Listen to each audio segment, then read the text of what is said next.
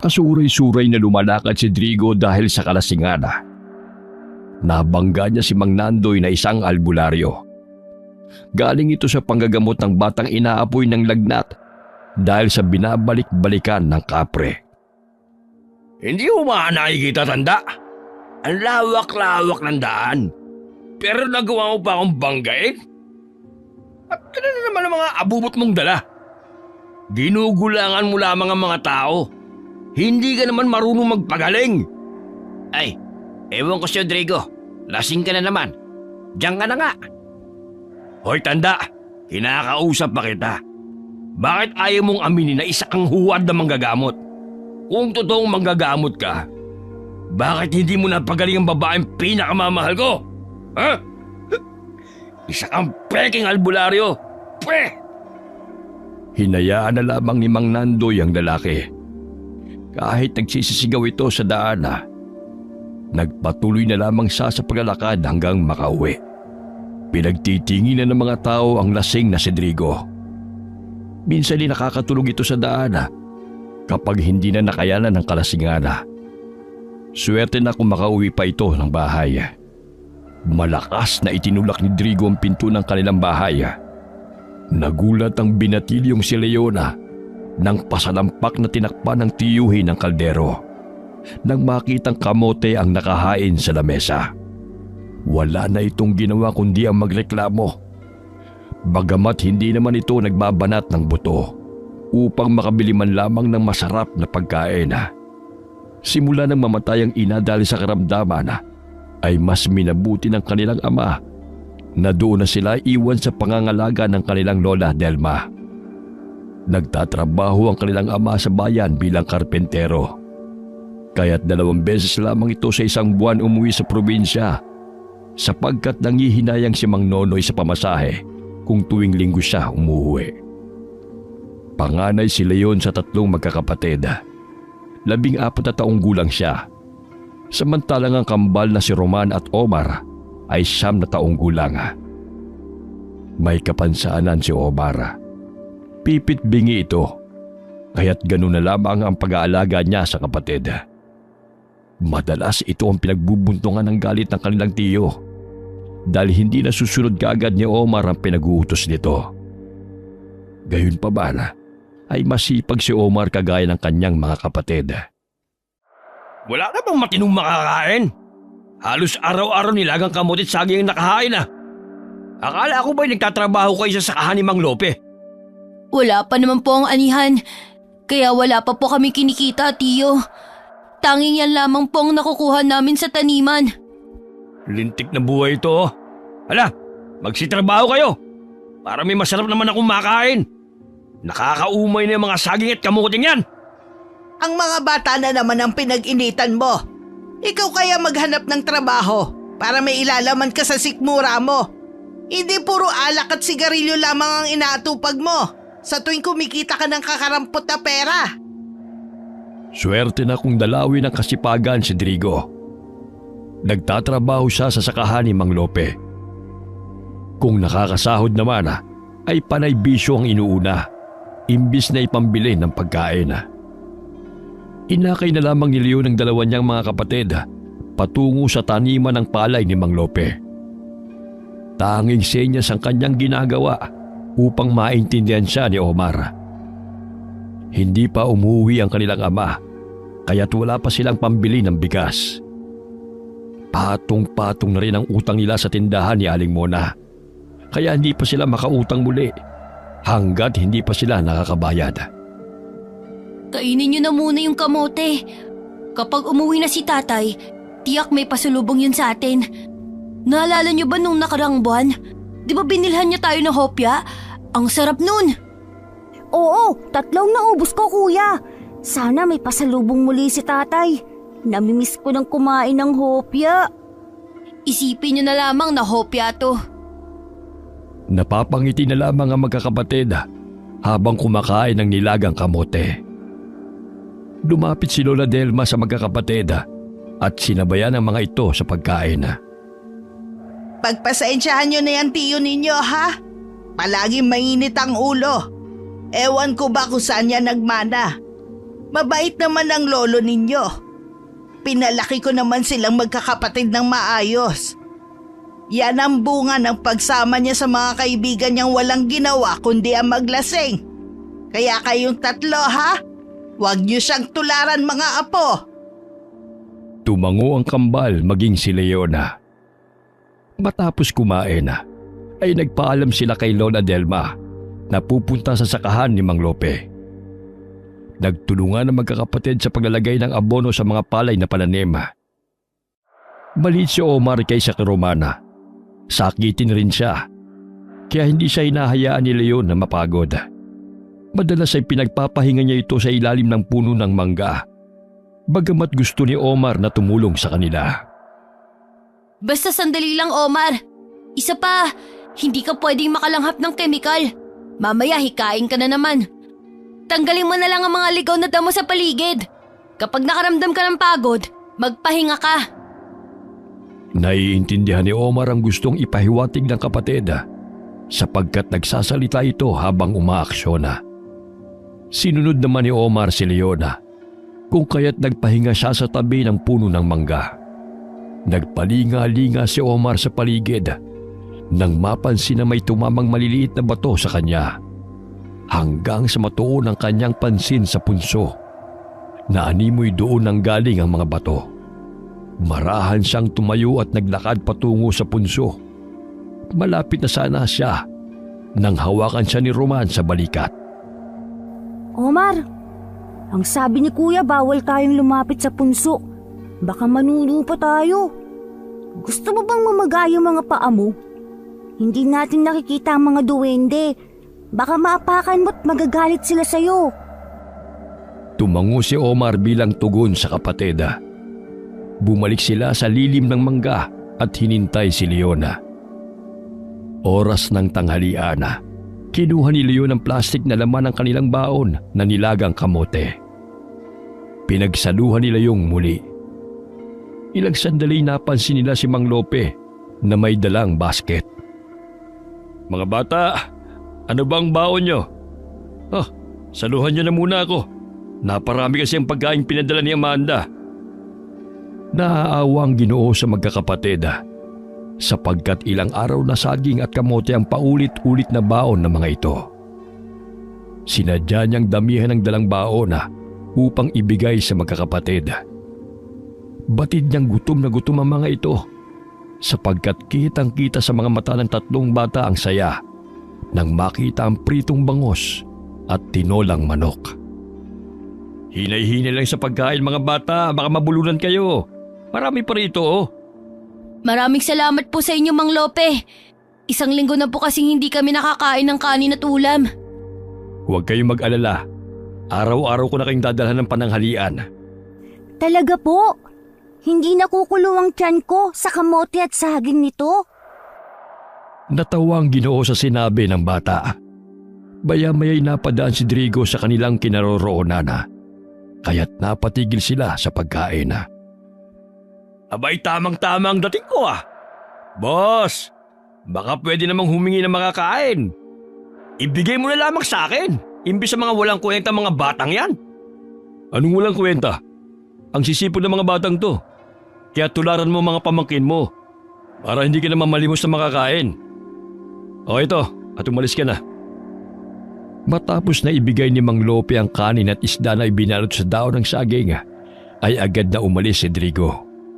Nalanghap ng Ginoo na amoy alak pa ito. Pag sinaswerte ka nga naman may grasang kusang dumarating. Huwag niyong tularan ng inyong tiyo. Mainam na mag-aral kayo para hindi habang buhay kawawain kayo niyan. Sa edad na 14 ay nasa ikalimang baitang pa lamang si Leon sa elementarya sapagkat pahinto-hinto siya sa pag-aaral. Malayo ang paaralan sa kanilang tirahan. Mahigit 2 kilometro ang kanyang nilalakad patungo sa kanilang paaralan.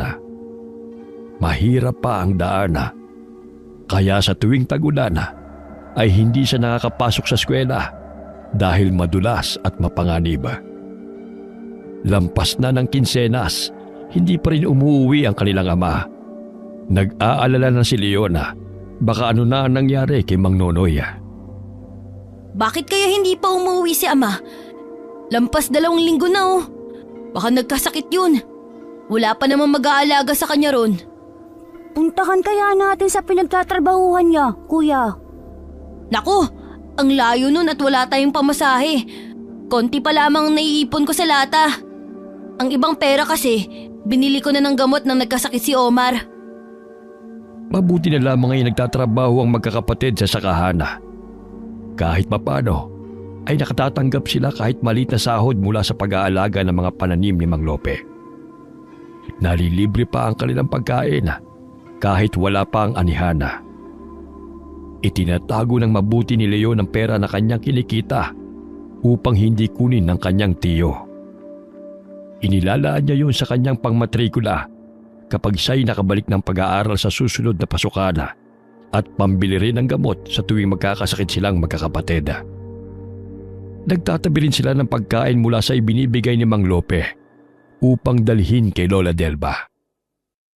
Pagdating ng bahay ay sabik na inihain ni na Roman at Omar ang pansit at pandesal sa mesa upang makakain na si Lola Delma. La, halina po kayo't hanggat wala pa po si Tio Drigo.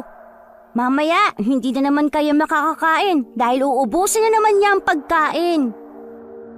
Tumigil sa pagtitiklop ng mga damit ang matanda at marahang lumakad patungo ng mesa. Ngunit nagulat sila nang biglang bumukas ang pintuan.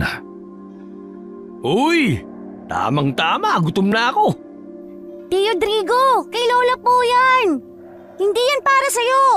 Konti lang yan, mamaya uubusin mo na naman. Aangal ka pang bata ka ha? Nakikitira lamang kayo sa bahay na ito. Kung ano ang gusto ko, masusunod. Akin ang pansit na to.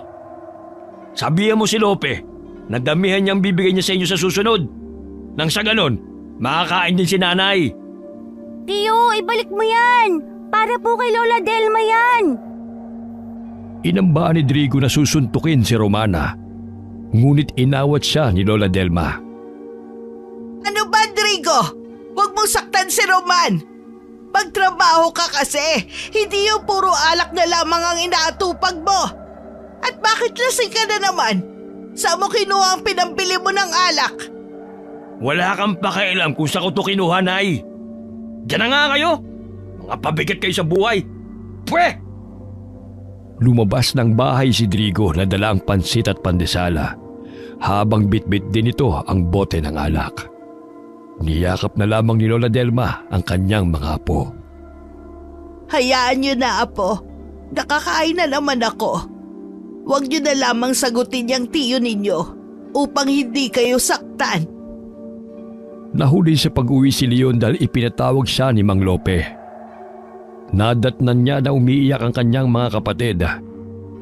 Batid niyang pinag-initan na naman ng mga ito ng kanilang tiyuhin. Pumasok siya sa kanilang silid. Namilog ang kanyang mga mata nang makita niya na nagkalat ang kabinet na pinaglalagyan nila ng damit.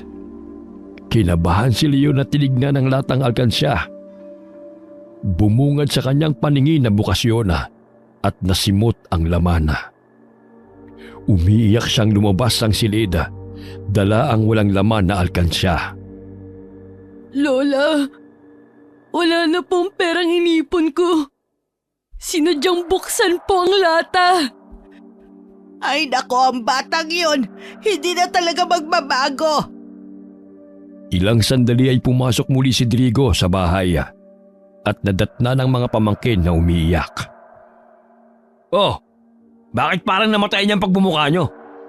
Ano naman bang kadramahan yan? Ikaw bang kumuha ng pera sa alkansya ko, Tio Drigo? Ano naman kung kinuha ko? Lalaban ka? Akmang susuntukin ni Drigo si Leona, subalit humarang muli si Lola Delma sa kanyang harapan. Ang salbahe mo! Pinaghirapan namin yung magkakapatid! Tapos ikaw ilulustay mo lang sa alak para sa pag-aaral namin at gamot ni Omar yun! Nay, pagsabihan mo nga yung mga sampid mo. Ang tatapang eh. Basahin ko yung pagmumukha niya para makita niya. Ano ka ba naman, Drigo? Pati ipon ng pamangkin mo, kinuha mo pa? Hindi ka na nga nakakatulong dito sa bahay. Ano bang problema mong bata ka? Malaki, Nay. Dahil sa inyo, nawala ang babaeng pinakamamahal ko. Dahil sa pulpul ng manggagamot na yon. Walang sino man ang gustong mamatay ang asawa at magiging anak mo, Drigo. Ginawa namin ng lahat upang maisalba ang buhay ni Karina. Subalit hanggang doon na lamang siya. Buhat ng mamatay ang asawa nitong si Karina na nooy nagdadalang tao dahil sa kumbulsyon ay nagbago na ang ugali ni Drigo. Palagi na itong lasing at naghahanap ng away. Dahil sa malayo ang ospital sa kanilang lugar, ay tanging sa albularyo lamang sila nagpapagamot. Hindi na pagaling ni Mang Nandoy si Karina, kaya't ganun na lamang ang puot ni Drigo nang mamatay ang pinakamamahal nito. Dahil sa labis na pagkainis, ay malakas na hinagis ni Drigo ang bote ng alak kay Leona. Mabuti na lamang ay nakailag ang binatilyo, kaya hindi siya tinamaan. Kuyumang kamaong nagngingit-ngit sa galit si Leona. Pahikbi siyang bumalik ng silid at inayos ang nagulo nilang mga damit. Sumunod sa kanya ang kambala at niyakap na lamang ang kanilang kapatid dahil sa kalupitan ng kanilang tiyuhin. Hindi rin nila magawang iwanan si Lola Delma sapagkat mahina na rin ang paningin nito dahil sa katarata. Kaya tinitiis na lamang nila ang kalupitan ng kanilang tiyuhin na batugan at barumbado. Pumanhik ng kanilang silid si Lola Delma upang kausapin ang kanyang mga apo. May dinukot si Omar sa kanyang bulsa at ibinigay yun kay Lola. Agad na binuksan ni Lola Delma ang dahon ng saging. Abay, pandesal to, Omar. Para sa akin ba talaga to? Baka nagugutom ka, apo, kainin mo na to. Malamlamang mga mata habang nakatingin si Omar kay Lola Delma at gusto niyang kainin yun ni Lola. Huwag ninyong paniwalaan ang sinabi ng Tio Drigo ninyo na pabigat kayo. Napakaswerte ko dahil nabiyayaan ako ng mababait na apo. Niyakap nila si Lola Delma dahil ito na ang tumayong mga magulang nila. Buhat ng mamatay ang kanilang ina at magtrabaho ang kanilang ama sa bayan. Habang nagpapahinga muli si Omar sa lilim ng puno ng mangga, ay may bumabagsak sa kanyang maliliit na bato. Nagpalinga-linga siya sa paligid upang tukuyin kung sino ang may kagagawa noon. Natuon ang kanyang pansin sa punso at naaaninaw niya na may maliit na tao na kumakaway sa kanya. Gumingisi pa ito at panay ang talon. Napamangha siya sa nakitang elemento kung kaya't lumakad siya patungo sa punso. Napatigil siya sa paglalakad nang hablutin siya ni Drigo. Hoy, bata! May pagkain ka ba dyan? Ha? Na ibinigay ng amo nyo? Pailing-iling habang mababanaag ang takot sa mukha ni Omar. Tumatalsik pa ang laway ng tiyuhin sa kanyang pisngi. Amoy alak na ito kahit tanghaling tapat pa lamang. Alam kong tinatago mo lamang ang mga pagkain. Ibigay mo sa akin kung ayaw mong masaktan. Pinandilatan niya ng mata ang pamangkin at mahigpit pa nitong hinihila ang kwelo ng damit ng kawawang bata. Maya-maya'y may sumalpok na bato sa noo ni Drigo. Kaya't nabitiwan niya si Omar nang sapuin niya ang noo. Lintik kang bata ka? Mahuli lang kita! Babaliin ko yung buto mo! Tumakbo patungo sa kinaroroonan ni Leon at Roman ang kapatid. Itinuturo nito ang tiyuhin na nakahandusay sa lupa. Ilang sandali na tanaw nila ang galit na si Drigo, kung kaya't nagtago sila upang hindi sila saktan nito. Ano bang ginawa mo? Bakit nagalit ang demonyong yan? Pailing-iling si Omar at inaksyon na kinuwelihan siya ng tiyuhin. Palakas ng palakas ang sigaw ng lalaki habang pasuray-suray na tinatahak ang daan upang hanapin ang mga pamangkin. Ilang sandali pa'y may nabangga itong babae na nakasuot ng bestidang itim at may kasama itong tuta. Hoy! Huwag kang ang paharang-harang sa dinadaanan ko. Bah, pwedeng gawing pulutan ng tuta mong yan ah. Kaya na nga yan, upang mapakinabangan. Napaatras si Drigo ng muntikan na siyang kagate ng mabangis na tuta. Matalim siyang tinitigan ng babae habang nakaharap ito sa kanya. Hoy, anong tinitingin-tingin mo sa akin? Hindi ang katulad mo ang tipo kong babae. Ang gusto ko, maganda, balingkinitan, at ayoko sa amoy lupa. Napahagalpak sa tawa si Drigo habang kinakantsawan ng babae. Ilang sandali pa'y lumakad ito palayo sa lalaki. Ngunit muli itong napasulyap kay Drigo bago tuluyang lumayo. Lasing na talaga si Tio. Pati tuta pinagdiskitahan. Animoy nakalimutan na nito ang paghahanap kay Omar at pinuntahan na naman ito ang mga kainuman. Gabi na nang nakauwi si Drigo. Naalala na naman ito ang galit kay Omar, kung kaya't halos masira na ang pintuan ng silid ng magkakapatid nang kalampagin niya ito. Dahil matagal siyang pagbuksan, malakas niyang sinipa ang pintuan. Pinagbubulyawan niya ang magkakapatid at sinugod pa nito ang bagong gising na si Omar. Ikaw na pipikang bata ka. Walang hiya ka talaga eh. Tingnan mo ang ginawa mo sa noo ko. Pailing-iling na tumingin si Omar kay Leona. Ibig niyang ipahiwatig na hindi siya ang may kagagawa noon. Ilang sandali pa'y lumipad ang takip ng kaldero patungo sa kinaroroonan ni Drigo. Maging ang mga stainless na mga pinggan at baso. Nagulat ang magkakapatid at laking pagtataka nila kung sino ang may kagagawa noon. Nagtamo ng malaking bukol si Drigo at mga galos sa katawan. Ano ba, Drigo? Gabi na'y nabubulabog ka na naman. Kung ayaw mo matulog, magpatulog ka. Marahil nagambala mo ang mga elementong naninirahan sa paligid, kaya't nangyari yan sa'yo. Baka bukas mamagana yung bibig mo sa kakaputak. Hindi nga nagkamali si Lola Delma sa kanyang sinabi. Namaga ang mukha ni Drigo at ang mga binti nito.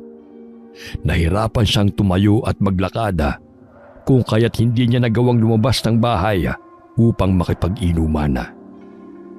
Yan na nga ang sinasabi ko eh. Ipapatawag ko na lamang mamaya si Nandoy para magamot ka niya.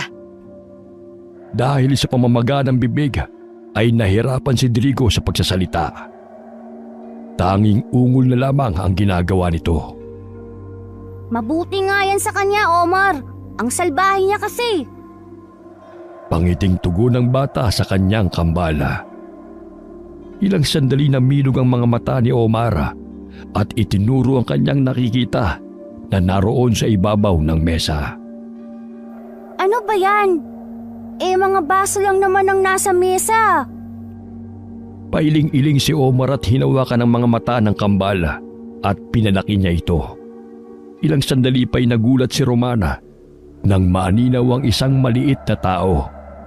Mahabang balbas nito hanggang tuhod. Mga 45 sentimetro lamang ang taas nito. Maya-maya'y nawala rin ito sa paningin ng kambala. Simula ng araw na yon ay palagi nang nagpapakita ang duwende kay Omar. Alas 5 ng hapon dumating si Mang Nandoy sa bahay ni na Lola Delma. Nadatnan niya si Drigo na nakahiga sa papaga.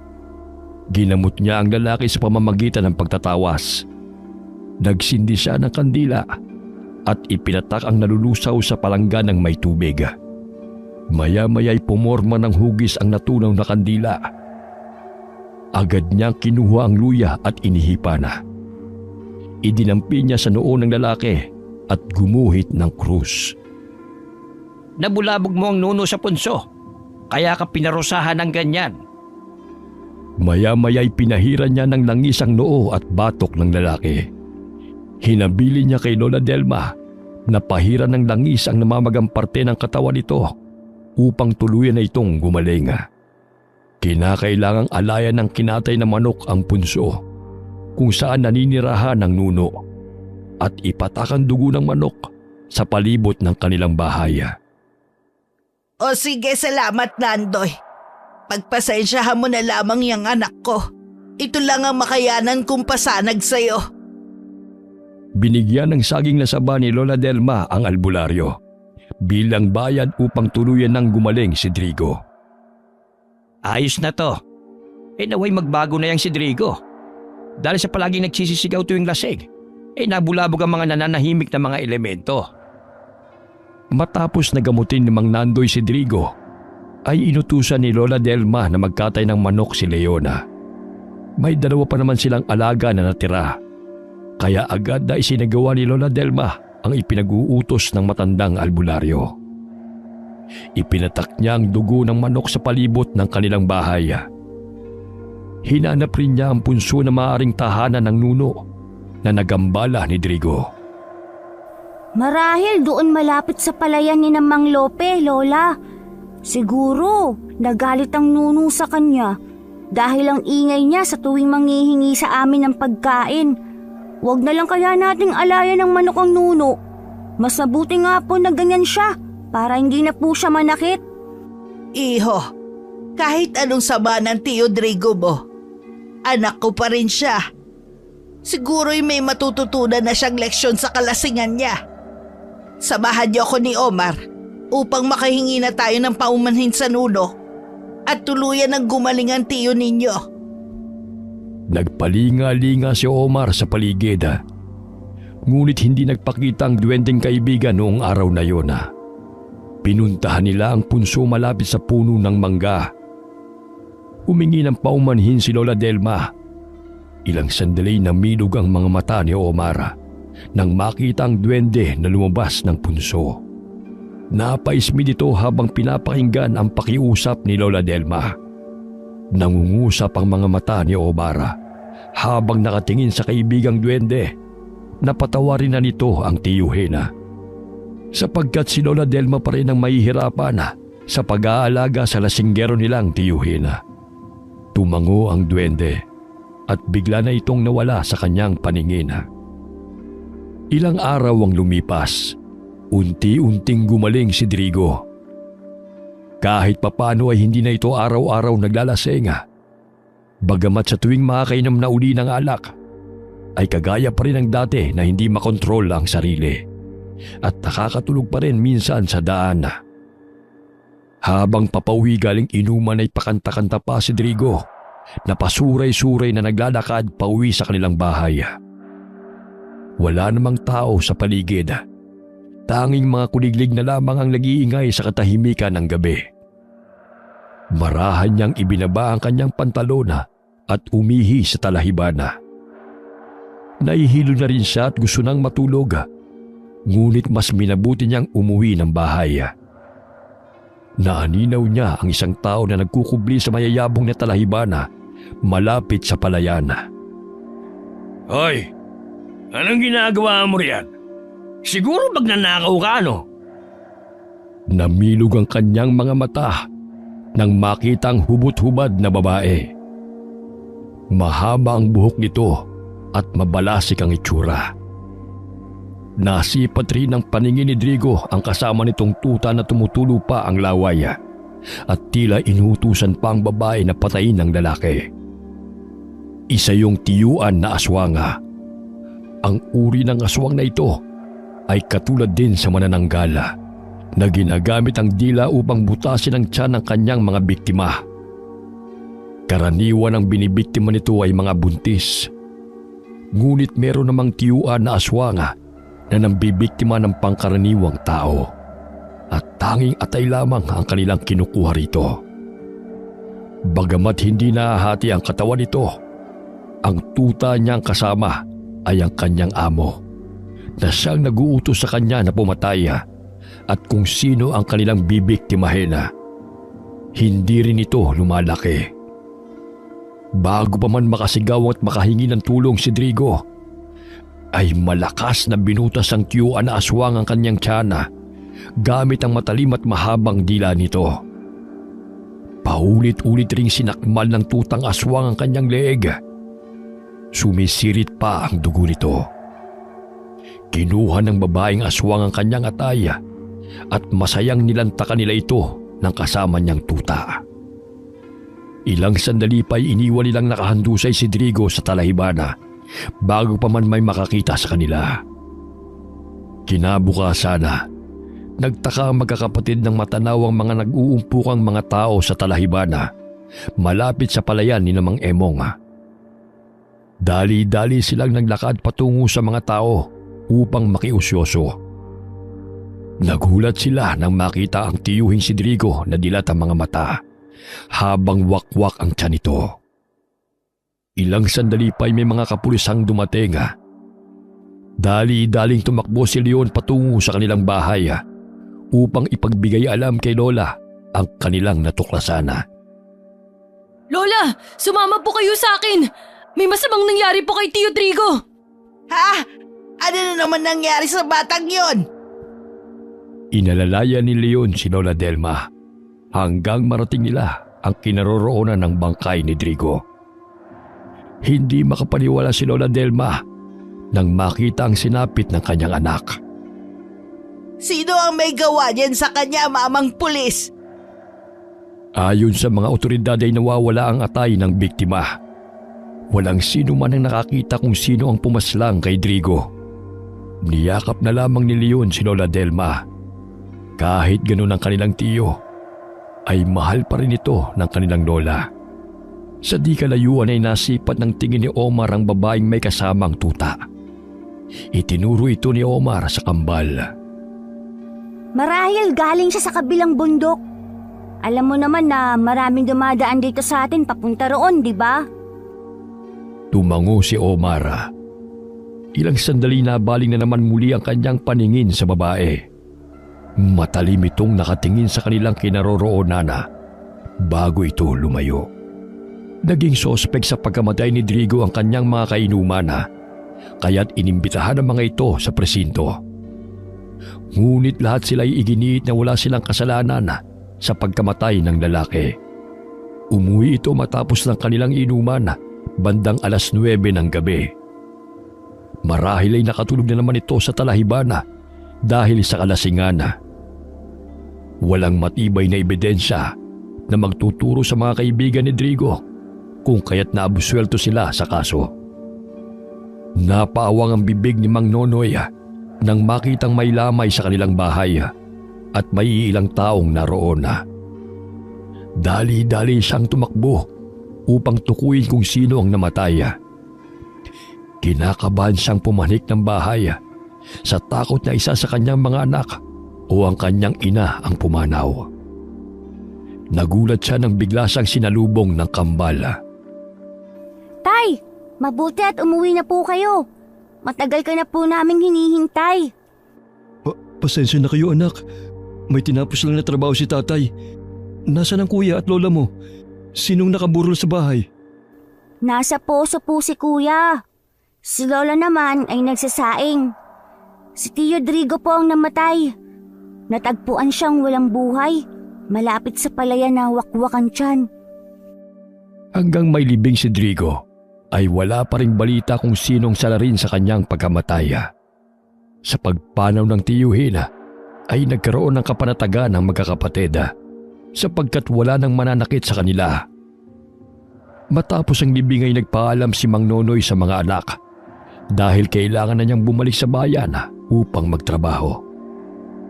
Aalis na ako mga anak. Leon, alagaan mong yung mga kapatid, lalo na ang lola mo. Mag-ingat po kayo ron, Tay. Nasanay na ang magkakapatid sa pag-alis ng kanilang ama. Gustuhin man nilang makapiling ito, ngunit kinakailangan ito magtrabaho upang kahit papano ay may pantusto sa kanilang pangangailangan, lalo na't matagal pa ang anihana. Nagimbal ang mamamayana dahil sa pagkalat ng balitang may aswang na gumagala sa kanilang lugar. Hindi nakaligtas ang manugang ni Mang Emong nang salakay ng aswang ang kanilang bahay. Ayon kay Mang Emong, mahimbing silang natutulog nang biglang pumalahaw sa iyak ang kanyang 5 taong gulang na apo. Nagising rin ang anak niyang si Jeffrey, kaya't nasalba nito ang buhay ng anak bago pa ito mapatay ng aswanga na nakasampa sa kanilang bubungana. Dali-daling kinuha ni Jeffrey ang balisong na nakasabit sa dingding at lumabas sa bintana upang habulin ang aswanga. Nagtulungan sina Mang Emong at Jeffrey sa pagtugi sa aswanga. Subalit nakatakas ito dahil sa matulin nitong tumakbo. Nangangatog sa takot ang kanyang apo hanggang sumapit ang umaga. Gayon na lamang ang paghihinagpis ni Jeffrey nang makitang wakwak ang tiyan ng kanyang asawa at wala nang sanggol sa sinapupunan nito.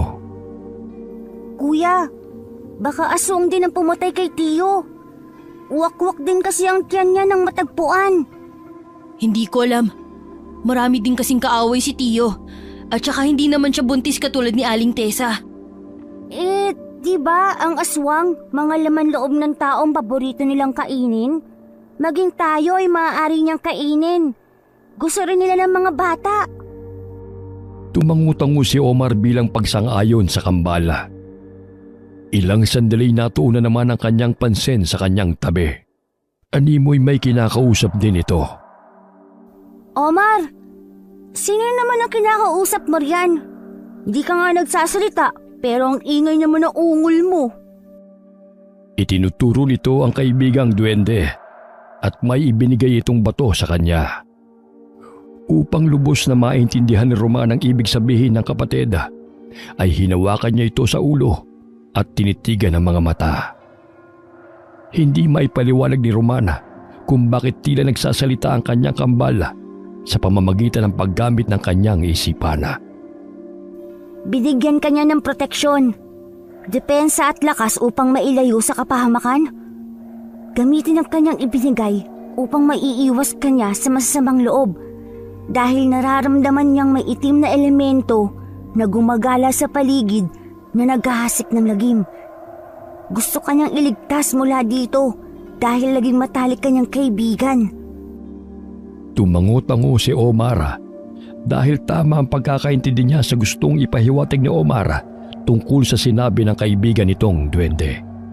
Simula nang maibigay ng duwende ang mutya na pagmamayari nito kay Omar, ay may kakayahan na itong makipag-usap ng maayos sa pamamagitan ng kanyang kambal. Si Roman ang kanyang naging boses at tagapagsalita. Ang bait naman ng kaibigan mong yan. Tanungin mo nga siya kung marami siyang pagkain. Nagugutom na kasi ako eh. Umiling-iling si Omar at sinabi sa isipan ng kapatid na hindi sila maaaring kumain ng pagkain ng mga engkanto, sapagkat kapag nakakain sila ay hindi na sila makakabalik pa sa mundo ng tao. O sige na nga, maghahanap na lamang ako ng kamoting kahoy. Halika Omar, sama mo ako. Tumakbo sila patungo sa kasukalan. Nagulat silang magkapatid nang sinalubong sila ng tuta. Natakot si Romana dahil hindi pangkaraniwang tuta yun. Kulubot ang balat nito sa mukha at may mapupulang mga mata na tinutubuan ng mayayabong na mga pilikmata. Napatras silang dalawa, ngunit mabangi silang sinugod ng tuta at akmang kakagatin. Ngunit bago pa man nakasampang mabangis na tuta sa kanilang kinaroroonan, ay bigla silang naglaho sa kawalan na animoy hangin. Nagpalinga-linga ang mabangis na tuta kung saan naroon ang kambala. Subalit malakas itong tumilapo ng hambalusin siya ni Omar gamit ang sanga ng kahoy. Hindi niya tayo nakita. Kayong nasa tabi lang naman niya tayo Ngumiti si Omar sa kambala. Ilang sandali pa'y tumakbo patungo sa kanilang kinaroroonan si Leona. Nakikita nga tayo ni Kuya eh. May pagkaduling ang pangit na asong yun. Ngayon lang ako nakakita ng ganong itsura ng tuta. Sino kaya nagmamayari doon? Ang sabi ko sa inyo, huwag kayong lumayo eh. Bali-balita pa naman ng aswang. Mamaya kalad ka rin kayo at kainin. Bumalik na tayo sa palayan. Maya-maya andyan na si Mang Lope dahil magtatanghalian na. Lingid sa kaalaman ni Romana, dahil sa mutya ng duwende, ay nakakayanan nitong maglaho sa pamamagitan ng telekinesis. Sa tuwing nanganganib ang buhay na may tanga nito, ay kusa itong umiepekto. Habang kumakain ay nakalanghap ng nabubulok na amoy ang magkapatid. Napatigil sila sa pagkain dahil sumasama ang amoy sa malakas na ihip ng hangin. Ano ba yan? Kung saan sarap na sarap ako sa pagkain. Tsaka pa may hindi kaaya-ayang amoy. Lumipat na lamang tayo ng lugar, kuya. Jack, nabubulok na daga na naman yan. Lumipat na lamang ang magkakapatid ng lugar upang may pagpatuloy ang pagkain. Ilang sandali pa'y nakita nila ang isang aso na kinakaladkad ang isang nabubulok na laman. Ayan siguro ang pinagmumula ng mabahong amoy. Pinalis nila ang aso at nilapitan nila ang naiwang kinakain nito. Tumambad sa kanilang paningin ang kapirasong binti ng isang sanggol. Hindi pa nakakalis ng palayan si Mang Lope, kaya ipinaalam sa kanya na magkakapatid ang nakita ng mga ito. Tingnan niyo po, Mang Lope. Di ba binti po yan ng sanggol? Ay, oo nga. Saan nyo ba natagpuan yan? Dinala po yan ng aso mula sa kasukalan. Akala po namin patay na hayop ang pinagmumula ng mabahong amoy. Ngunit yan po pala. Agad ay pinagbigay alam ni Mang Lope sa kapitan ang kanilang natagpuan. Bagamat wala pa silang pinaghihinalaang aswang sa kanilang lugar, maliban na lamang kung doon dinadala ng salarena o ng aswang ang kanyang binibiktima. Pinag-iingat ni kapitan ang mga kababaryo dahil sa sunod-sunod na nagim na nangyayari.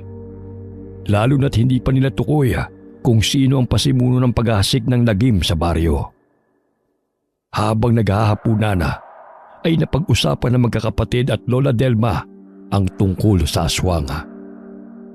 La, may nakita na po ba kayong aswang dito sa ating probinsya? Noong ipinagbubuntis ko noon ang ama ninyo, si Tia Rosetyo pa lamang ang anak ko noon. Nang may gustong kumuha ng sanggol sa aking sinapupunan, mabuti na lamang matapang ang lolo tiroy ninyo, kaya hindi nagwagi ang aswang na yon.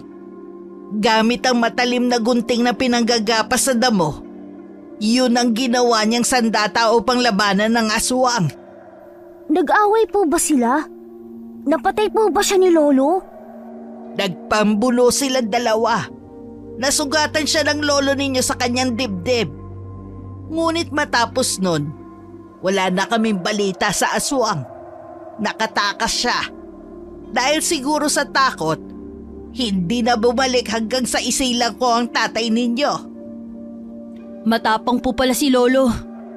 Oo, matapang ang lolo ninyo. At higit sa lahat mapagmahal. Ngunit katulad siya ni Omar, ang kaliwa niyang tenga hindi nakakarinig. Bulol din kung magsalita. Napahinto sila sa pag-uusap ng may kumalabog sa bubungana. Tumindig ang balahibo ng magkakapatid. Ngunit hindi nagpadala sila yun sa takot. Kinuha niyang itak at hinasa sa hasaang bato. Sa gayon ay marinig yun ng aswang at matakot sa kanyang ginagawa. Ilang sandali pa'y narinig nila na may lumundag pababa ng kanilang bahay at kumaripas ito patakbo palayo. Lola, marahil aswang po yun. Mag-ingat kayo mga apo. Gayong talamak ang patayan. 1 linggo pa lamang namatay si Tessa. Lumulusob na naman ang aswang sa kabahayan. Kahit wala pang hating gabi, nagpapalit sila ng anyo. Kaya nilang magpalit ng anyo. Kung kailan nila gustuhin. Lalo na ngayon, kabilugan ng buwan. Sa tulong ng kanilang langis, nakakapagpalit sila bilang aswang. Kaya mag-ingat kayo sa mga taong inyong nakakasalamuha. Huwag basta-basta magtitiwala, lalo na't hindi pa ninyo lubusang kilala. Opo, Lola. Tumango si Omar bilang pagsang-ayon kay Lola Delma. Habang tumatagal ay natutuklasan ni Omar ang kapangyarihan ng mutya na ibinigay sa kanya ng kaibigang duwende. Paminsan-minsan ay nagpapakita ito sa kanya at tinuturuan siya kung paano gamitin at alagaan ito. Sa pamamagitan ng isipan ay nagkakaintindihan sila. Maging sa panggagamot ay tinuturuan niya ang bata. si Omar ang napiling bigyan ng mutya ng duwendeng siguro. Sapagkat naramdaman niya na may kakayahang manggamot si Omar at may busilak na kalooban. Biglang nawala siguro nang mapagawi si Lola Delma sa kusina. Naku apo, kalawangin na yung bolo ng lolo mo. Baka matetano ka niyan. Ibalik mo yan sa baol. Hinahasa ni Omar ang bolo na kanyang natagpuan nang sila'y maglinis ng bahay ni Romana.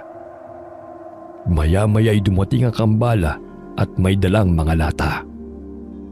Ano na naman ang gagawin ninyo sa mga latang yan, Roman?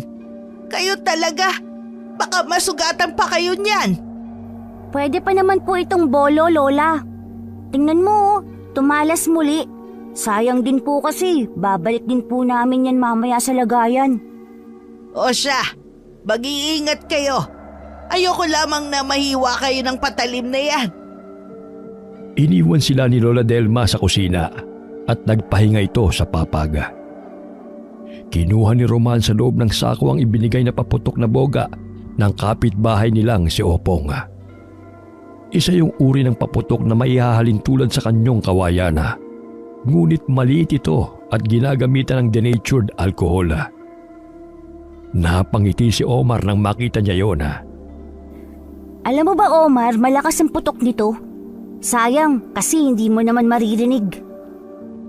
Napapangiti pa rin si Omar at naiintindihan ang sinasabi ng kambala. Ano bang pinagkakaabalahan yung dalawa riyan? Kuya, naghahanda lang po kami. Sakaling mapagawi muli dito ang aswang. Boga yan Sino nagbigay sa'yo niyan? Malakas bang pumutok? Opo, kuya. Binigay ni Opong sa akin kanina.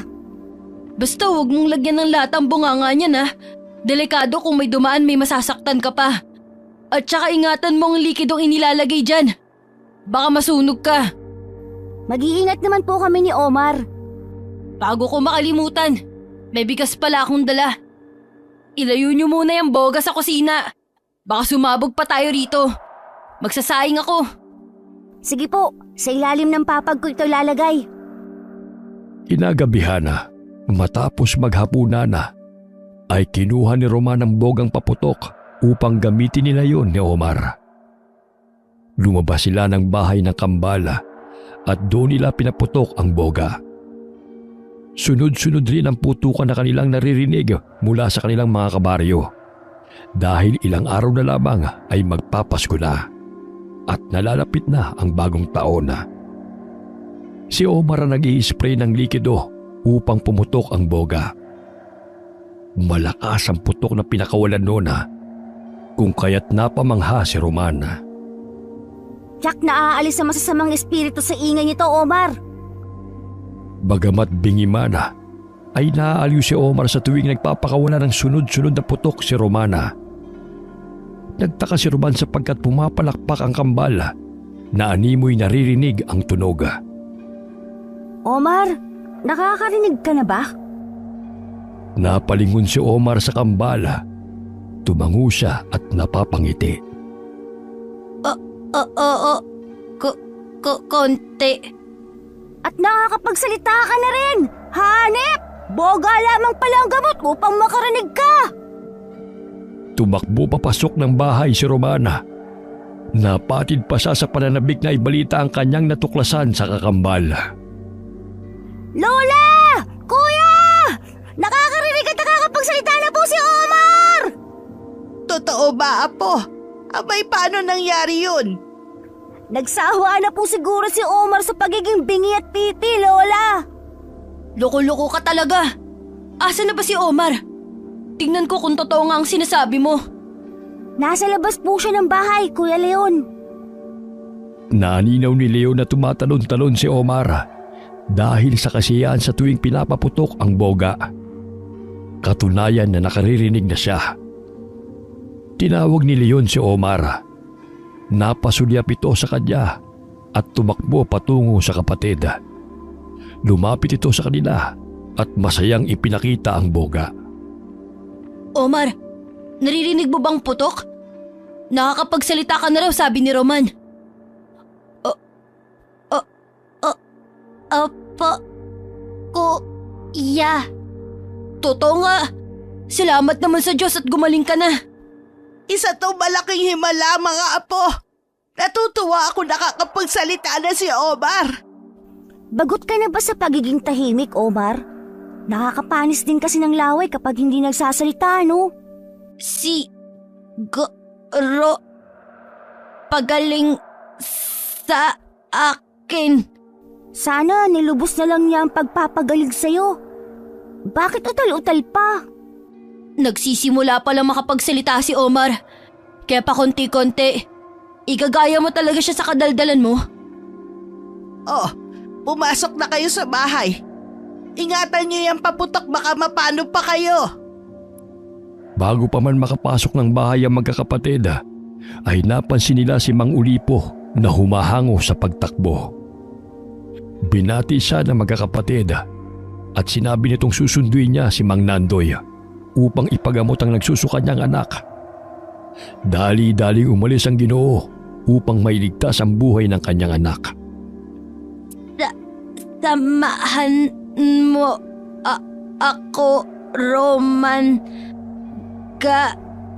Gamutin na natin ang kanyang anak. Alam mo, Omar, mas mabuti pang kausapin mo na lamang ulit ako sa pamamagitan ng iyong isipan. Mas maintindihan pa kita. Ayaw mo bang magsalita ako? Hindi naman sa ayaw. Kaso nga lang ang tagal nating matapos sakaling may gagawin pa tayo. Tulad niyan, gusto mong gamutin ang anak ni Mang Olipo. Kaya tara na, bago pa yung mamatay. Sakali mon, mauuna pa yung malagutan ng hininga bago ka pa matatapos sa pagsasalita riyan eh. Tumango si Omar at kinuha ang plastik na naglalaman ng mga halamang gamot na kinuha sa gubat. Nagpaalam sila kay Lola Delma upang lumabas ng bahay. La, pupunta po muna kami ni Omar kina Aling Marites. Gabi na. Ano pa ba ang gagawin ninyo ron? Isa pa may sakit ang anak ni Marites. Kaya nga sinundo ni Olipo si Nandoy. Saglit lang naman po, 7:00 pa lang naman po, Lola. Uuwi rin kami kaagad. Sasamahan ko na lang si Lola rito. Umuwi kayo kagad. Baka sakaling makasalubong niyo pa rin ang aswang. Dali-daling lumabas ng bahay ang kambala. Malapit lang naman ang bahay ni Aling Marites. Kaya sa daan pa lamang ay nadidinig na nila ang iyak ng ginanga. Malayo pa ang bahay ng albularyong si Mang Nandoy. Mahigit 30 minuto pa ang lalakarin ni Mang Ulipo bago makarating sa tahanan ng manggagamot. Kumatok sa pintuan ng kambala at agad naman silang pinagbuksan ng panganay na anak ni Aling Marites. Bumungad sa kanilang paningin ang namumutla at namimilipit sa sakit na si Jojo. Magandang gabi po. Nabalitaan namin na may sakit po si Jojo mula kay Mang Olipo. May dala po kaming halamang gamot para maibsan ang kanyang nararamdamang sakit. Pinatuloy ni Aling Marites ang kambal sa kanilang tahanan upang masimulan ng magamot ang kanyang anak. Kinuha ni Omar ang halamang pansit-pansita mula sa plastik. Ilaga ito sa sabi ni Goro. Kausapin mo lamang ako sa pamamagitan ng iyong isipan bago pa mawala ng likido sa katawan niyang si Jojo. Bukas ka na lang mag-ensayo magsalita. Bilisan na natin, Omar. Tinulungan ni Aling Marites ang kambal sa paghahanda ng halamang gamot habang hindi pa dumarating si Mang Nandoy.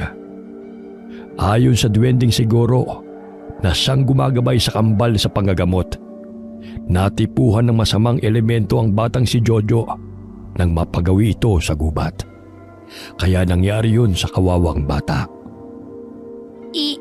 Inumin mo ito, Jojo, upang gumaling ka. Palamigin mo muna ng kaunti, Omar. Baka mapasok pa yan si Jojo imbis na gumaling eh. Tama. Maya na lang. Nakakapagsalita na pala yang si Omar. Mabuti naman. Kailan pa? Opo, kanina lang po. Nang maingayan po sa mga paputok. Mabuti nga po't nagising niyang tenga't dila niya. Napangiti ang ginang sa tugon ng batang si Romana. Maging si Omar ay napapatawa. Ilang sandali pa'y pinainom nila kay Jojo ang sabaw mula sa nilagang halamang pansit-pansitana. Sa tulog noon ay napahinto nito ang pagsusuka at pananakitang tiyan ni Jojo. Maya-maya'y kumuha ng gaas si Omar mula sa maliit na gasera. Namilog ang mga mata ni Romana nang makita ang ginagawa ng kakambal. Uy, anong gagawin mo? Huwag mo ipainom ang gas kay Jojo, lason yan! Alam ko. Ipapahid ko lang to sa tiyan niya. Huwag ka kasing excited masyado. Ganun ba? Sige, gamutin mo na si Jojo. Napakaamot na lamang ng ulo si Romana. Matapos na ipahid ni Omar ang gaas sa tiyan ni Jojo, ay nagpakawala ng mabahong hangin ang bata na siyang ikinagimbal ng lahat ng nasa loob ng bahay. Ay, grabe naman yung amoy, ang baho! Mauuna pa yata ako mamatay nito Napatakip sila ng ilong. Maya-maya'y guminhawa ang pakiramdam ni Jojo at nanumbalik ang normal nitong kulay. Laking pasasalamat ni Aling Marites sa ginawa ng kambal. Ay salamat! Gumaling din si Jojo. Hindi ko sukat akalain na may kakayahan pala kayong manggamot, Omar. Roman. Opo, sa tulong ni Goro. Sino si Goro? Ang ibig pong sabihin ni Omar, guru po. Naging guru po namin si Mang Andoy. Siya po ang nagturo sa amin sa panggagamot. Ilang sandali pa ay nagpaalam na ang kambal sa ginanga at sila'y umuwi ng bahay. Sa daan ay patuloy na pinagsasabihan ni Roman si Omar. Omar, sa susunod wag mong sabihin na tinutulungan ka ng kaibigan mong duwende. Baka ikapahamak ko pa yan. Tsaka baka sabihin nilang nangihibang ka na dahil hindi nila nakikita mo. Basta, sabihin mo na lang na marunong ka na lamang gamot. Yun lang. Sige po, boss. Sandali, Omar. Nakikita mo ba yun? Ay nakasampang tao sa bubungan ni na Aling Gloria. Nakatuwad pa Kitang-kitang puwit niya mula rito. Oo nga. Aswang. Siguro yan. Marahil aswang nga. Naku, manganganak pa naman si Aling Gloria. Dala mo ba ang boga? Oo. Nariyan sa ko. Agad na kinuha ni Roman ang boga at nilagyan ng lata ang bunganga nona. Ilang sandali tinuon niya ang bunganga ng boga patungo sa taong nakatuwad sa bubungan ng bahay. Nagkubli sila sa mayayabong na damuhan.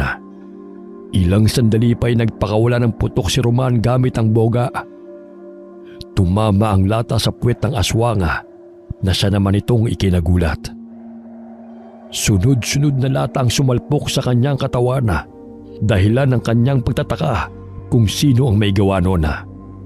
Nagpalinga-linga ang aswang sa paligid at galit pa nitong inilibot ang mabalasik nitong mga mata. Tumalo ng aswang pababa ng bahay. Bigla itong nawala sa paningin ng kambala. Ilang sandali pa'y nagulat silang dalawa nang sumambulat sa kanilang harapan ang tiyuan na aswanga. Anong ginagawa ninyong dalawa?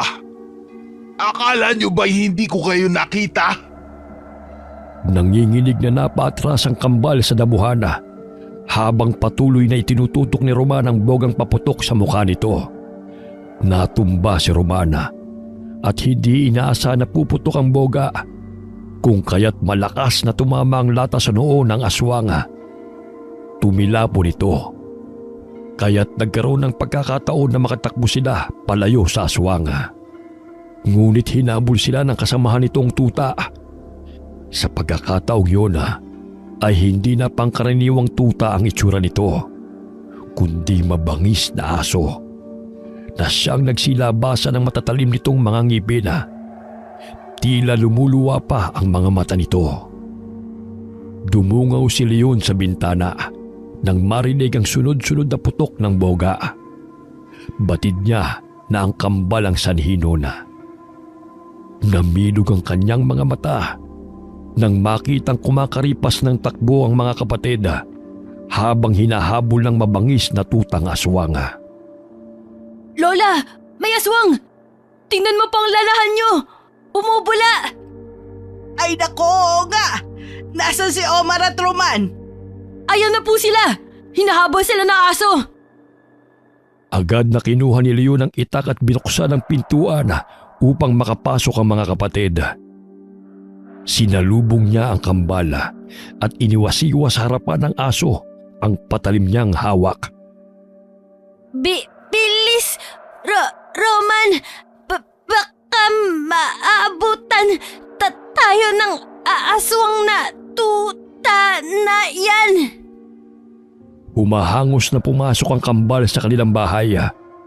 Malakas na isinarado ni Leon ang pintuan bago pa makapasok ang aswang na humahabol sa dalawa. Muntik na kayo dun Anong klaseng aswang kaya ang humahabol sa inyo? Napakaliit ngunit mabangis at nag-aapoy ang mga mata. Sus Mario Josep, sinasalakay na naman tayo ng aswang. Abay bumalik na naman ang mga masasamang nilalang. Ilang sandali pa'y naririnig nila ang mga kalampag sa dingding. Kinuha ni Omar sa ilalim ng papag ang pinuto na dulo ng kawayan. Paulit-ulit niyang hinahampas yun sa dingding sapagkat takot ang mga aswang sa dulo ng kawayan dahil masakit yun sa tuwing lalapat sa kanilang mga katawan. Maihahalin tulad sa buntot ng pagi. Pinatulis rin niya ang dulo noon upang matagal maghilom sakaling masugatan ng aswang gamit ng kawayang yun. Abay, maalam ka na talaga sa mga pangontra sa aswang Sa tulong ba yan ng kaibigan mong duwende? Nakikita ko din na gamit ni Mang Nandoy noon. Maya-maya'y naririnig na naman nila ang mga yabag na naroon sa bubungan. Sinisira ng aswang ang pawid nilang bubunga hanggang sa bumagsak ito sa loob ng kanilang dampa. Laking takot ni Lola Delma nang bumagsak sa kanyang harapan ang tiyuan na aswang. Napasapusa sa kanyang dibdib at napaatras mula sa kanyang kinatatayuan. Dumurugo ang kanang mata ng aswang dahil sa kagagawan ng kambal. Akala niyo ba'y matatakasan ninyo ang ginawa ninyo sa akin? Pwes, papatayin ko kayong lahat! Lalo na kayong mga bubwet! Tingnan niyo ang ginawa niyo sa mukha ko! Wala naman yung pinagbago. Pangit pa rin. Ano sabi mong walang yakang bata ka? Minana mo na yata ang pagkabingi ni Omar. Ang sabi ko, mas lalo kang pumangit. Biglang itinutok muli ni Roman ang boga sa mukha ng tiyuan na aswang at walang pagdadalawang isip na pinaputok yun kung kaya't tinamaan na naman ito sa ilong. Diyos ko mga apo, mag-iingat kayo sa mga aswang na yan! Lola, umalis na tayo rito. Ayokong saktan ka ng aswang. Inalalayan ni Omar si Lola Delma palabas ng bahay. Samantalang ang tutang aswang ay sinugod ni Leona upang hindi nito maabutan sina Lola Delma at Omar. Nakasalubong ni na Omar si Mang Nandoy kaya't humingi sila ng tulong sa matandang manggagamot. Nandoy, tulungan mo ang aking mga apo! Sinusugod kami ng aswang! Ngunit kailangan munang gamutin ang aking anak bago pa ito lumala. Magaling na po siya. Paano? Kani-kanina lamang ay halos mamatay na siya sa sakit. Inom na po siya ng gamot. Dali-daling tumakbo sa kanilang bahay si Mang Ulipo kasama si Lola Delma at Omara. Nadatnan niya roon ang mag-anak at mahimbing na natutulog na si Jojo. Guminhawa na ang pakiramdam ni Jojo sa tulong ng kambal. May dala silang halamang gamot. Kung kaya't nalunasan ang naramdamang sakit ni Jojo. Olipo, tulungan mo ang aking mga apo. Sinasalakay sila ng mga aswang. Lola, ito po ang gamitin ninyo sakaling pumunta rito ang aswang. Balikan ko po sila. Omar, tumito ka na lang apo. Nandun na naman si Nandoy upang tulungan sila. Kailangan ko pong tulungan si Kuya at Roman. Ibinigay niya ang patpat na kawayan kay Lola upang maging sandata laban sa aswanga. Umiiyak si Lola Delma sa pag-aalala sa maaaring sapitin ng mga apo sa kamay ng mga aswanga. Magkasamang lumabas ng bahay sina Mang Ulipo at Omara at sabay nilang tinungo ang kinaroroonan ni Roman at Leona. Isinaradong mabuti ni Aling Marites ang kanilang bahay upang hindi makapasok ang aswanga. Sabay silang nanalangin ni Lola Delma upang makaligtas mula sa kapahamakan ang mga mahal nila sa buhay. Nadatna nila roon ang tiyuan na aswanga na patuloy na nilalabanan ng magkapatid. Naroon din si Lolo Nandoy na siyang humarap sa aswanga. Hoy, tanda! Hindi ikaw ang aking pakay! Itong mga pakialamerong mga bata ang buwisit sa aking buhay! Sino nagsabi sa iyong maaari mong saktan ng mga bata? O kahit sino man dito sa baryo?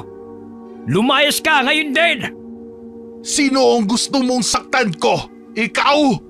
Huwag kang mag-alala dahil papatayin rin kita! Inilabas nito ang mahaba niyang dila upang ipulupot sa leeg ni Mang Nandoy. Subalit malakas yung hinampas ng buntot pagi na matanda. Biglang pumalahaw si Leo ng sakmali ng tutang aswang ang kanyang paa. Bumao ng matatalim nitong mga ngipin sa kanyang laman. Roman! Tulungan mo ako! Aray! Ang sakit! Bitiwan mo si Kuya!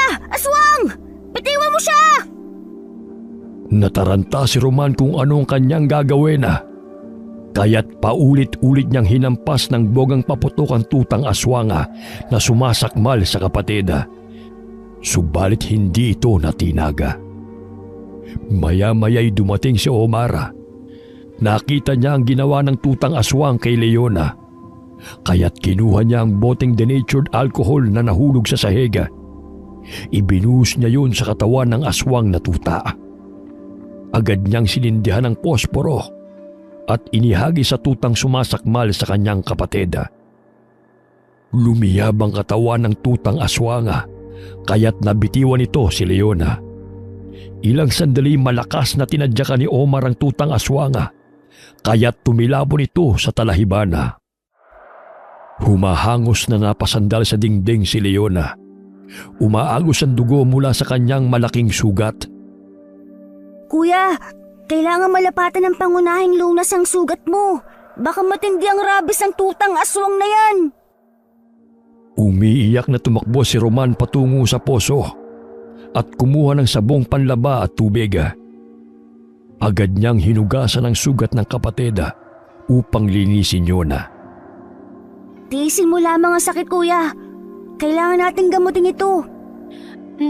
Nakalayo na ang tuta na aswang. Ito ang dinikdik na bawang itapal sa sugat ni kuya. Agad na sinunod ni Roman ang inutos ng kambala. Ibinigay rin ni Omar ang ilang kapiraso ng bara sa kapatid upang hindi kumalat ang rabies na dala ng aso sa katawan ni Leona. Sapagkat mabilis kumalat ang rabies na sanhi ng kamatayan. Ang bara ay isang bagay na kawangis ng magnet. Ngunit ginagamit yon upang humigop ng rabies sa mga sugat na sanhi ng kagat ng hayop. Madalas ay nakukuha sa mga aso. Karaniwan itong ginagamit sa mga probinsya, partikular sa Visayas. Idinidikit ito sa sugat at hindi nalalaglag hanggat may rabies pang naroon na. Ang bara ay ginagamit sa panggagamot na tinatawag na patandok o tandok. Ginagawa ng mga tradisyonal na mga manggagamot. Nagtulungan sina Mang Ulipo at Mang Nandoy sa pagsugod sa aswanga. Inutusan ni Mang Nandoy si Mang Ulipo na humingi ng tulong sa kanilang mga kabaryo. Agad naman yung sinunod ng lalaki. Kinuha ni Omar ang lumang bolo na kanilang pinatalas. Naaninaw niyang nagpagulong-gulong sa damuhan ng matandang manggagamot at ang tiyuan na aswanga. Kaya't lumapit siya roon upang tulungan si Mang Nandoy. Umusal siya ng kataga sa pamamagitan ng kanyang isipan upang humingi ng tulong sa kanyang kaibigang duwende at mutyang tangan. Mutya ng duwende, kaibigang Goro na siyang aking gabay na nanggaling sa puti ang kataas-taas ang lahi ng mga duwende. Bigyan mo ko ng sapat na lakas at proteksyonan ako mula sa masasama. Ako'y nananalangin. Naway iyong tugunan ng aking hiling. Matapos humingi ng tulong sa mutya ng duwende sa pamamagitan ng kanyang isipan, ay umilaw ang mutyang bato sa kanyang kwintas. Tumakbo ng matulin si Omar patungo sa kinaroroonan ng tiyuan na aswanga. Ngunit humarang sa kanyang daan ang sunog na katawan ng tutang aswanga na siyang amo ng babaeng aswanga. Hindi yun pangkaraniwang tuta sapagkat marunong din yung magsalita, katulad sa mga aswang na nagbabagong anyo o ang sinasabing nagtigbaliw. Iwinasiwas nito ang ulo at dumundag patungo sa harapan ni Omar. Ngunit tila kasinggaan lamang ng balahibo ng manok si Omar na kayang ilaga ng pagsugod ng tutang aswanga. Matulin siyang tumakbo upang salubungin ang pagsugod ng tutang aswanga. Malakas niyang itinarak sa sunog na katawan nito ang bolo. Ngunit nakayanan pa rin yung ilaga ng tutang aswanga. Akala mo ba'y ganun mo lamang ako kadaling mapapatay? Mahigit 100 taon na ako. Walang sino man ang ipinanganak upang patayin ako. Ako ang papatay sa iyo. Ikaw na sintu-sintong bata. Hindi ka nga marunong magsalita. Papatay pa kaya? Naningkit ang mga mata ni Omar dahil sa sinabi ng kalabang aswanga. Sinugod niya ito muli at sa ikalawang pagkakataon, natabas niya ang bibig ng tutang aswanga. Malakas itong umatungal dahil sa labis na sakit. Sumirit ang dugo, ngunit nagbabaga pa rin ang mga mata nitong sinugod ang batang kalaban. Iyan ang nababagay sa bibig mo. Inundayan niya muli ng saksak ang aswang na tuta hanggang sa malagutan ito ng hininga. Samantala, sadyang malakas ang babaeng aswanga kaya't dinaganan nito si Mang Nandoy. Pinahaba nito ang kanyang dila upang wakwakin ang tiyan ng manggagamot.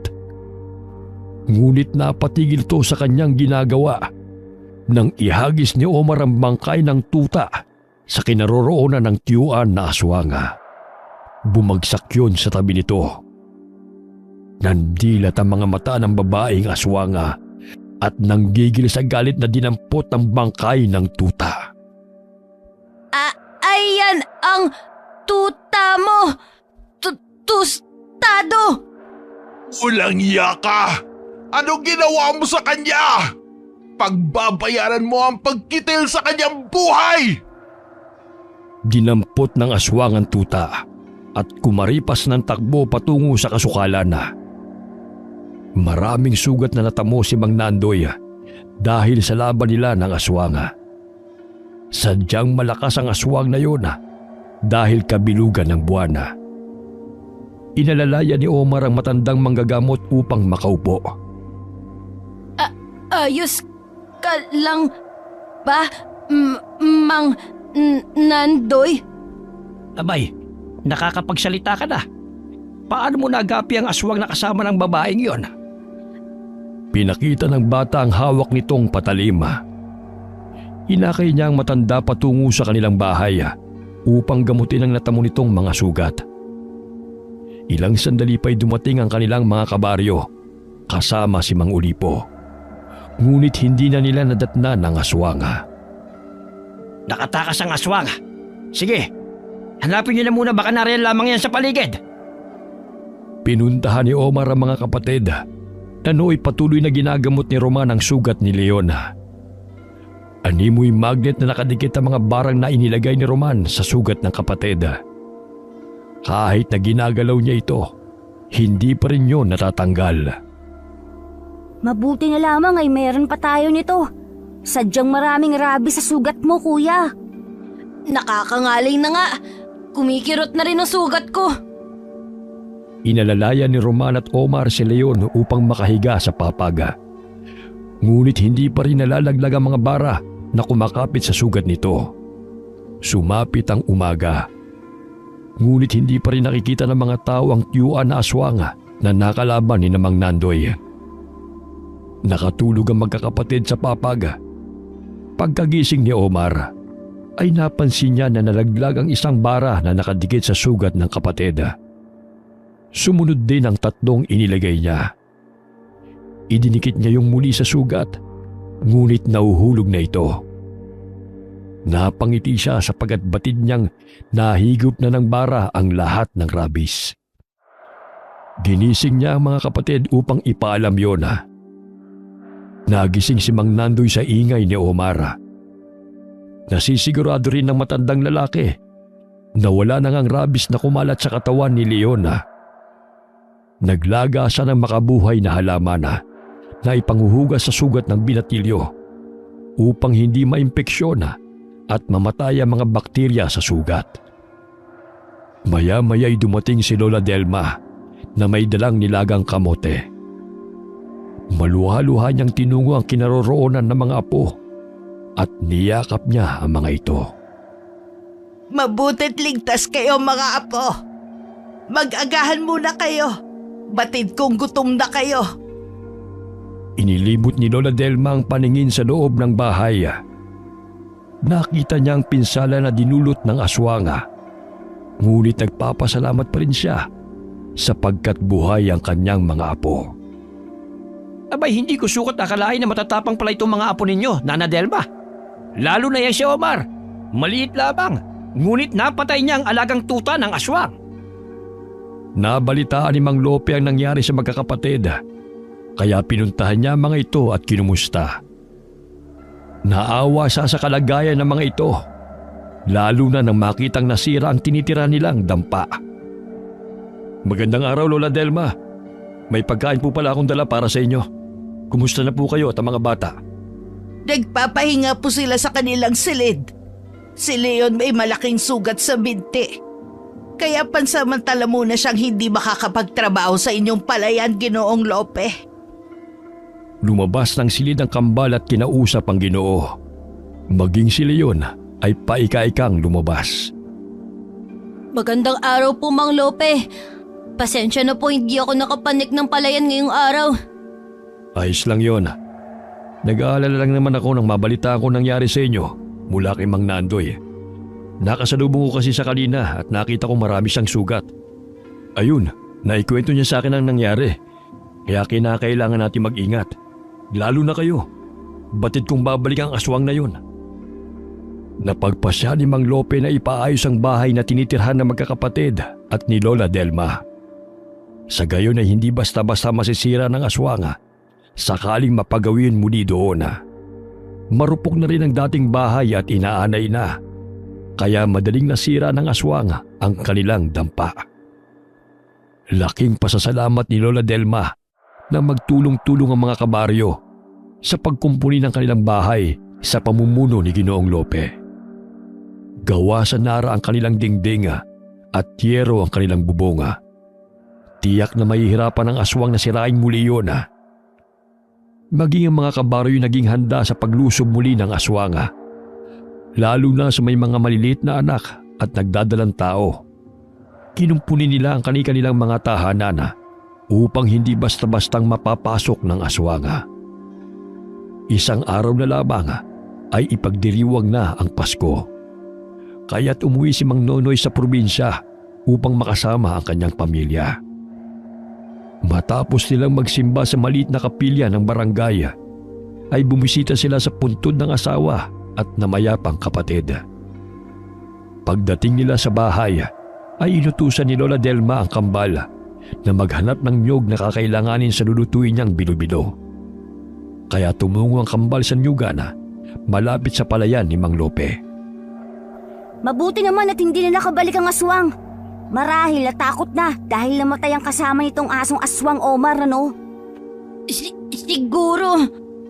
Ngunit kailangan pa rin nating mag-ingat. Alam mo ba, Omar? Hiling ko sa bagong taon na sana diretso ka na kung magsalita. Ang tagal kasi. Ano kaya kung sumigaw ka sa bagong taon? Baka dumiretso yung dila mo.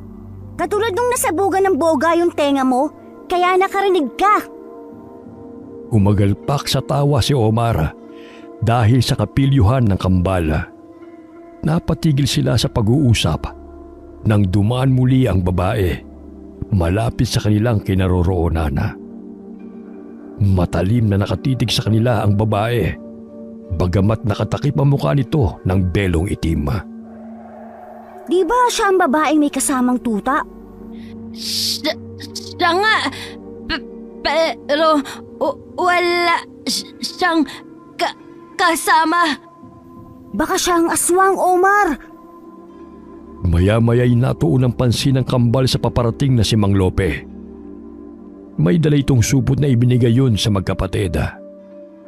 Masayang tinanggap ng magkapatid ang regalong damit ng Ginoo. Maging si Leon ay binigyan din.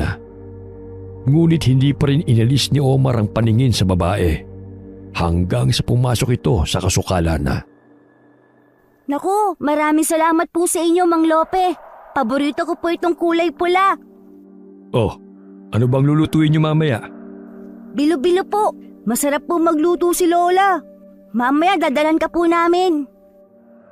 Sumapit ang gabi at ilang oras na lamang ay gaganapin na ang Kapaskuhan. Pinagsaluhan ng magkakapatid ang pritong bangos ni Mang Nonoy at pansit na niluto ni Lola Delma. Naubos ang bilo-bilong niluto ni Lola hapon pa lamang dahil binigyan ng magkapatid ang kanilang mga kapitbahay. Nagpahinga sila matapos kumain. Napatigil sa paghugas ng plato ang kambal nang may marinig na nagsisigawan sa labas ng kanilang bahay. Dumungaw si Mang Nonoy at nakitang may grupo ng kalalakihan na may dalang mga pailaw. Lumabas siya upang magtanong. Sinabi ng isang lalaki na hinahanap nila ang aswang na napagawi sa kanilang bahay. Narinig yun ng kambal at nabatid nila na bumalik na naman ang aswang na kanilang nakalaban. Napalingon sila sa di kalayuan nang marinig ang sigaw ng isang lalaki. Hinablot ito ng tiyuan na aswang at walang awang winakwak ang tiyan nito gamit ang mahaba nitong dila. Kinuha nito ang atay ng lalaki bago ibinagsak sa lupa. Agad na kinuha ni Roman at Omar ang patalim. Hindi pa masyado naghihilom ang sugat sa binti ni Leona, kaya't hindi pa ito nakakalakad ng maayos. Kuya, bantayan mo na lamang muna si Lola Delma. Kami na magbabantay ni Omar sa labas ng bahay. Baka umaaligid ang aswang na yun rito. Bakit pa kayo lalabas? Sadyang mapanganib. Dumito na kayo. Sasamahan na lang natin si Lola. Diyan lang naman kami sa labas eh. Kasama ko naman si Omar. Tsaka may powers yan si Omar. Kaya hindi kami masasaktan ng aswang na yun. Ang alam ko, kili-kili powers lang ang meron kayo. Kaya dumito na kayo. Ang kukulit nyo eh. Sasamahan namin si tatay, sakaling mapano siya. Lumabas ng bahay ang kambala at sumama sa mga kalalakihang naghahanap sa aswanga. Pinahira ni Omar at Roman ang mga patalim nilang dala ng katas ng dayap. Sa pamamagitan noon ay matagal maghilom ang sugat ng aswanga sakaling masugatan ito.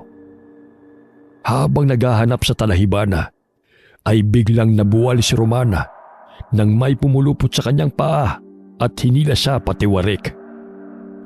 Namilog ang kanyang mga mata nang pataas siya ng pataas at nabitiwan ang hawak niyang patalim. Omar! Tulungan mo ako! Ayoko pa mamatay! Nagulat si Omar nang makitang nakalambitin ang kapatid dahil kinakaladkad ng aswang na nooy palipat-lipat sa mga puno. Umusal ng orasyon si Omar sa pamamagitan ng kanyang isipan. Ilang sandali nagkaroon ng hindi pangkaraniwang lakas si Omar. Nakita niyang lumitaw ang kaibigan niyang duwende sa kanyang tabi at sinamahan siya nitong habulin ng kanyang kambala. Animoy ibon lamang siya na palipat-lipat sa puno ng kahoy. Namilog ang mga mata ng aswanga nang maaninaw na sinusundan siya ng bata na kamukha ng batang kanyang biktima. Pilit na iniabot ni Omar ang bolo sa kambala upang gamitin yun laban sa tiyuan na aswanga. Napabuntong hininga si Roman nang mahawakan ng patalema at sinaksak ang nakalawit na dila ng aswanga na siyang nakapulupot sa kanyang paa. Ngunit namilog ang kanyang mga mata nang mabitiwan siya ng aswanga at makita ang taas na kanyang babagsakan. Malakas na palahaw ang pinakawalan ng aswanga dahil sa naputol ang dila nito. Kasabay ng malakas na sigaw ni Romana nang babagsak ito sa talahibana. Napamangha si Roman nang animoy lumulutang siya sa ere na tila lumilipad. Ginamitan siya ng mahika ni Goro upang hindi siya masaktana. Bumagsak siya sa talahibana na hindi man lamang nakaramdam ng sakit. Ilang sandali pa'y nagulat si Romana nang marinig ang sunod-sunod na putok na pinakawalan ni Omar kasama si Opong na nagbigay sa kanya ng boga.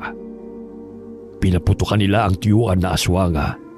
Sunod-sunod rin ang mga latang sumasalpok sa aswanga kaya't hindi na nito nagawang makaalis sa puno na kanyang sinasampahan.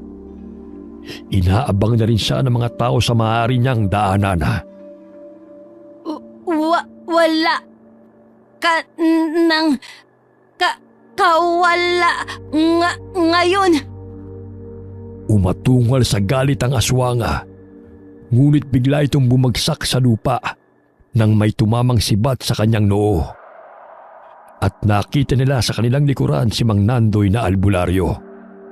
Pasinok-sinok na nangisayang tiyuan na aswanga habang pilit na binubunot ang sibat na bumaon sa kanyang noo. Sa Kapaskuhan ka pa talaga maghahasik ng lagim. Wala kang pinipiling araw. Sumusuka ng dugo ang aswanga. Ilang sandali pa'y huminto na ito sa pangingisaya at nalagutan ng hininga.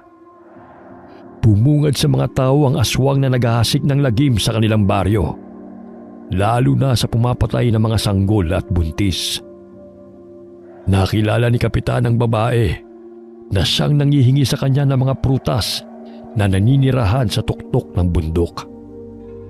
Ilang araw ang lumipas matapos mamatay ang tiyuan na aswanga. Naging payapa ang baryo. Hanggang sa sumapit ang bagong taon na at masaya nila yung sinalubong. Wala nang sasaya pa na makapiling ang pamilya. Simple man ang handaan na siyang inihahain sa hapag.